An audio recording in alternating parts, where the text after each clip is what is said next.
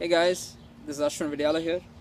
Nobody ever sits on this chair anymore. It's just full of dirt and stuff. And if something starts crawling up me and I run screaming like a little girl, don't be surprised. Hey, squirrel! Yes. So, right now I'm reading this book. I read multiple books at the same time because I'm very ADD and I read a little bit of this, a little bit of that. I can't read one book for long anymore. So right now one of the books I'm reading is called The Big Fucking Secret by Eli Rook. Awesome title. And the book is very interesting.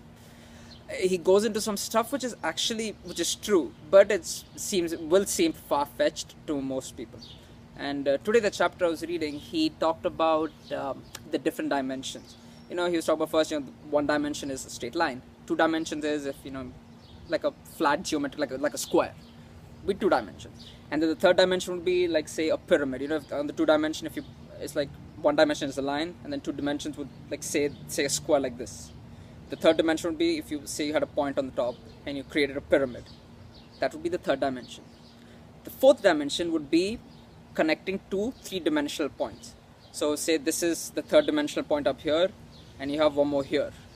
So going from here to here, that line which connects both of them is the 4th dimension. That is why the 4th dimension is time. I'm like, wow, that's a very good way of explaining it. And the 5th dimension is comprises of all the possibilities of the 4th dimension. It's like if this is the 3rd dimensional point and this is one more, the line that connects them is the 4th dimension. Now I can have a point here, I can have a point here, wherever. I think this is what he was saying. The whole set of possibilities of where these 4th dimensional, the 3rd dimensional points can be, I guess, to connect both of them to become a 4th dimension is the 5th dimension. Now, see, the reason I'm explaining all of this is I thought it was interesting.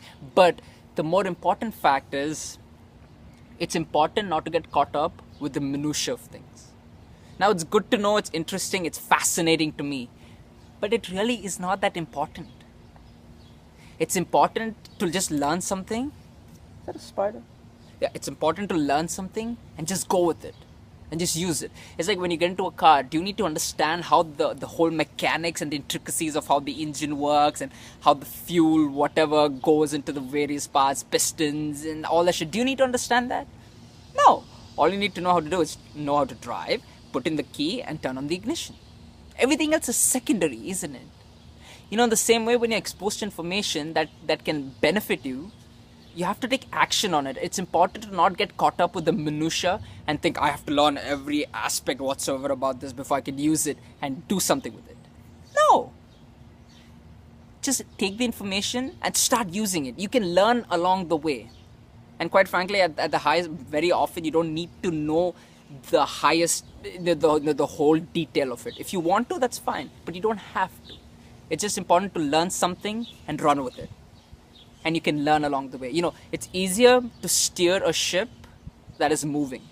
But if it's stationary, you can't do anything. So when you're moving, when you're taking action, it's easy to adjust your course than it is to adjust it from the start. Does that make sense? It's important to keep things moving. It's important to just start and go with things as opposed to just waiting and thinking I have to know everything before I start. Hope that makes sense, guys. Have a good one.